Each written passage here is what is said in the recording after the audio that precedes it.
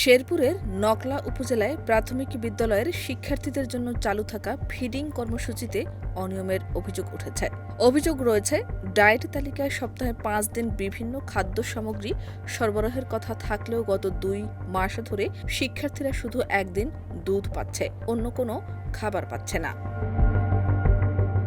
খোঁজ নিয়ে জানা যায়, নকলার পাশের উপজেলা ফুলপুরের ফিডিং কর্মসূচির আওতায় সপ্তাহে ৫ দিন নিয়মিত খাদ্য বিতরণ করা হলেও নকলায় শুধু ১৯ জানুয়ারি দুধ সরবরাহ করা হয়।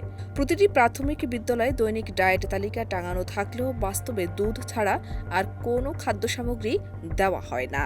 এতে চরম হতাশায় রয়েছে প্রাথমিক বিদ্যালয়ের শিক্ষার্থী ও তাদের অভিভাবকরা। সরকারের কাছে জোর দাবি জানাচ্ছি, শেরপুর জেলাতে কোনো উপজেলা স্কুলে রুটি, কলা, বিস্কুট, ডিম এগুলো দেওয়া হচ্ছে না। আমরা প্রত্যেক দিনই দুধ পাই না, আমরা শুধু সপ্তাহে মাত্র একদিনেই দুধ পাই। আমরা সরকারের কাছে আহ্বান জানাচ্ছি যে আমাদেরকেও যেন সবকিছুর ব্যবস্থা করে। নকলা মডেল সরকারি প্রাথমিক বিদ্যালয়ের প্রধান শিক্ষক ফখরুল ইসলাম জানান, ফিডিং কর্মসূচির প্রকল্প থেকে আমাদের জানানো হয়েছে, ঠিকাদার নিয়োগে জটিলতার কারণে সপ্তাহের অন্যান্য দিন খাবার পরিবেশন করা সম্ভব হচ্ছে না। এ কারণে আমরা প্রতিনিয়ত অভিভাবকদের নানা প্রশ্নের মুখে পড়ছি।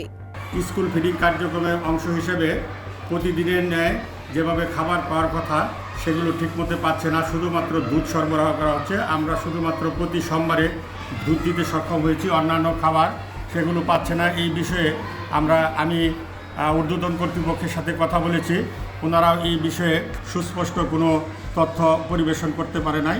এ বিষয়ে উপজেলা নির্বাহী কর্মকর্তা জাহাঙ্গীর আলম বলেন, এটি জেলাভিত্তিক একটি কর্মসূচি। শেরপুর জেলায় এখনও ঠিকাদার নিয়োগ সম্পন্ন হয়নি। আমি নিয়মিত তাদের সঙ্গে যোগাযোগ রাখছি। ঠিকাদার নিয়োগ শেষ হলেই সপ্তাহের বাকি দিনগুলোতেও খাবার বিতরণ শুরু হবে।